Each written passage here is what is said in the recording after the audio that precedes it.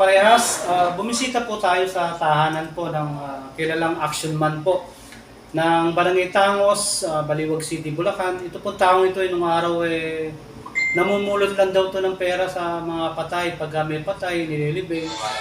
Isa po siya sa musmos na kabataan no, na namumulot ng barya sa karsada upang may pambili lamang ng kanyang mamimerienda o magiging panggastos po.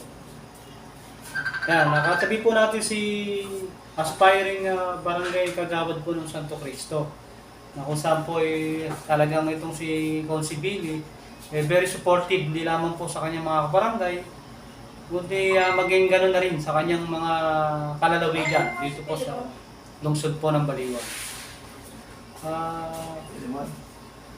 Konsehal Billy Boy, totoo po ba yung balita na kayo daw po'y namumulot lang ng pera nung araw sa mga nililibing pong patay? Totoo po yun. Doon po ako nagsimula dahil po sa barya. Paano po yun? Kwento nyo nga po sa amin ano po, pag may patay, gano'n? Pag may patay po, pag may dumadaan po sa harapan po naming bahay, na dyan po sa may tapat po ng barangay hall, dyan po ako nakatira, may tapat po na yan. Pagas na po ako nakarinig na may umuhunin, may nagwawangwang, may pipito na barangay.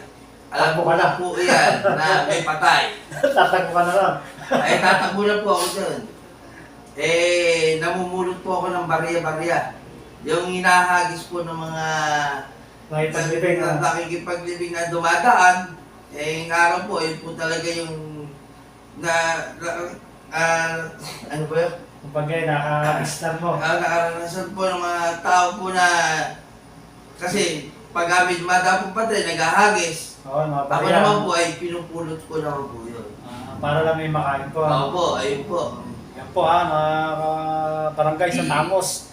Paano po ba naging isang matagumpay na negosyante po si Boss Billy Boy? Para po magkaroon ng tayong inspirasyon sa ating mga kabarangay. Ako po ay nagsimula ng may punerarya ay panahon po ng pandemic.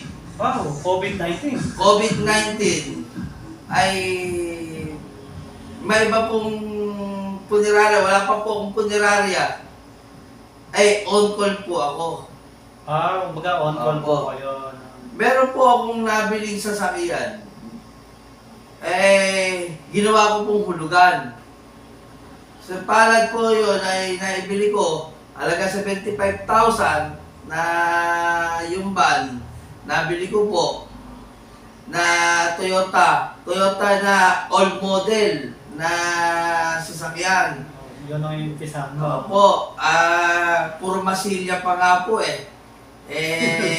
natatakot nga po, baka daw matetano daw po sila. Luma-luma kasi ano? Luma po. Di nila po alam na running condition. Kahit saan po nakakarating. Hanggang Bisaya at Mindanao, nakarating sa halagang 75,000 ay hindi ako nang hinayang. Tapos napaganda ko po yun. Ayun nga, nagsimula po ng ganon, yung sasakyan po na yun, ay nagkasunod-sunod naman po. Blessing na. Ng blessing na yung kinikita ko po,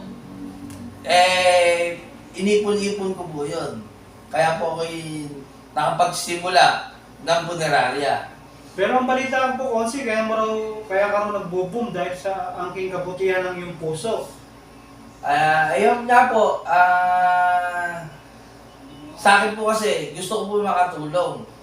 Ako nga po, panahon po ng pandemic, 300. Pag kami po kasabay, ito ko na lang po sila inaano. Kasi po, dati po, ang singil po ng mga ibang punerarya, 90,000. 200 ang singilan. Napakamura po sa'yo. Sa akin po, 35. Kaya ginagawa ko na lang po 300. Kasi po, may kasabay. Pero may bawas pa pala yun, ano? Opo. Bumabawas pa sila. Bumabawas pa po yun. Talagang pinagbibigyan mo talaga. Pinagbibigyan ko. Sa palad po, sabi po nila, may kinikita po ba yun? Oo. Ayun po ang sinasabi nila. yung, yung kinikita ko po, pag pinagsama-sama nyo, ay marami. Kumbaga, dinadaan nyo na lang po sa dami. No? Sa dami po nating client na ano po, napatay, doon po natin dinadaan. Pero ang balita po namin, hindi lamang taga-barangay Tangos yun talagang tinutulungan mo dahil pagka nagpo-post tayo ng interview, ang dami po nagpapasalamat sa iba't ibang barangay ng Baliwag. Taga iba-ibang lugar nga po, ang nasa serbisyo namin, hindi lang po yung mga taga-Baliwag, mga taga-Pampanga, taga Maynila, ang nasa serbisyo namin hanggang Batangas, hanggang Isabela, ayun po, Malatuan. hanggang ano po, sabi nga po sa amin, buong Pilipinas na po ata nasa serbisyan. Pero hanga po ako sa inyo dahil sa kabila ng ang dami yung tinutulungan, very supportive po talaga yung inyong may bahay, ang inyong asawang mabait. Po. Puti po hindi po kayo pinapalo, nauubos na po yung kinikita nyo sa pagtulong sa kapwa. Nagagalit na rin nga po sa amin. Kulang na lang daw po, ibigay ko na lang ang serbisyo. Ako, yan ang talagang mga may puso, no? Kahit magalit ang asawa, makatulong lang sa kapwa.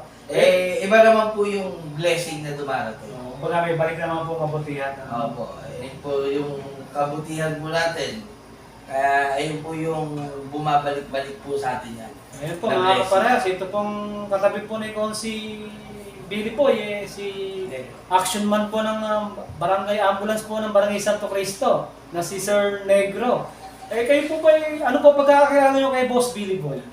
Kay Billy po wala kami masasabi dyan. Basta po, pag yung nagsalita sa mga tao na may request, walang hindi na hindi na tinutupad. Automatic. Sige, dali mo dun yan. Action kagad siya. Kumbaga, hindi ka gagawin kawawa, hindi ka pa babalik-balikin, ano? Hindi ka na pag-iintayin. Oo, yun nga sabi rin ng ibang mga barangay kagawad sa ibang barangay. Kailan lang po ako si Billy, nakita ko may 2 poso ang Jetmatic na binigay sa 2 kagawad sa poblasyon. Kayo po pa hindi nanghihinayang sa pagtulong sa mga kalalawigan natin. Hindi naman po ako nangihinayang. Kalang iba naman po yung balik na blessing. Yung sa pagtulong po. Kaya po ayun po, nangangailangan po sila ng poso. Nagbigay po tayo sa barangay poblasyon na kay Consyal Aldrin, saka kay Consyal Edwin Ramos. Ayun po ang binigyan ko po nakita ko po 2 Jetmatic. Jetmatic. Ba't pinasok niyo pa po ang politika at nakakatulong naman po pala kayo sa inyong barangay o sa ibang kalalawigan? Hindi naman po, porkit ako hindi ko naman yung kailangan ng yung kapangyarihan. May iba po kasi, gusto po nila kapangyarihan. Ang gusto po natin ay tumulong. Hindi lang po sa sinasabi po na yun ng kapangyarihan. Gusto ko po yung maitutulong ko po na marami. Kumbaga iba po kasi yung nasa likod kayo, no? Mas maraming pondong pwedeng ipagkaloob sa akin. Ayun po. Kung nanonood po ba yung ating mga, katulad po ng mga tamad na tao, yung mga ayaw magtrabaho, ano po ba? Mensahe nyo para sa kanila, para naman magising sila na habang may buhay, may pag-asa. Ang gusto ko lang naman po ay mapagliburan po yung mga kabarangay. Ang inaano ko po sa mga kasama nga po natin, wala naman po akong inaano sa kanila. Gusto ko po ay mas mahigitan po sila ng maitutulong sa barangay ng Tangos. Wow, okay. Huling mensahe nga po, Boss Billy Boy, sa ating mga kabarangay na nanonood po ngayon. Barangay Tangos, abangan po natin na sa darating po ng halalan, November 2, Billy Boy Ramos po, action man po ng Barangay Tangos. Ikaw po ba, ano po ba mensahe mo sa inyong kabarangay sa Santo Cristo? Basta ako, pag pinagbigyan nila pagkakataon, kung ano yung sinabi ko, yun ang masusunod. Sagot ko the birthday ng mga bata. Kung sino man po ang magkakaroon ng Kahit sino may birthday, ha? basta po, 1 to 10, pataas lang. Ayun, Ang uso po kasi senior. Ako po, sa bata naman ang gagawin ko. Popondohan po yun. Kaya po mga kaparehas, ang ating nakapanayam na bisita, ang 2 maglilingkod na nais maging barangay kagawad po, na si Boss Billy Boy ng Barangay Tangos at si Boss Negro ng Barangay Santo Cristo. Maraming salamat po sa inyong panonood mga kaparehas. Ingat po, Sir Billy Boy and Sir Negro. Thank you rin po. Maraming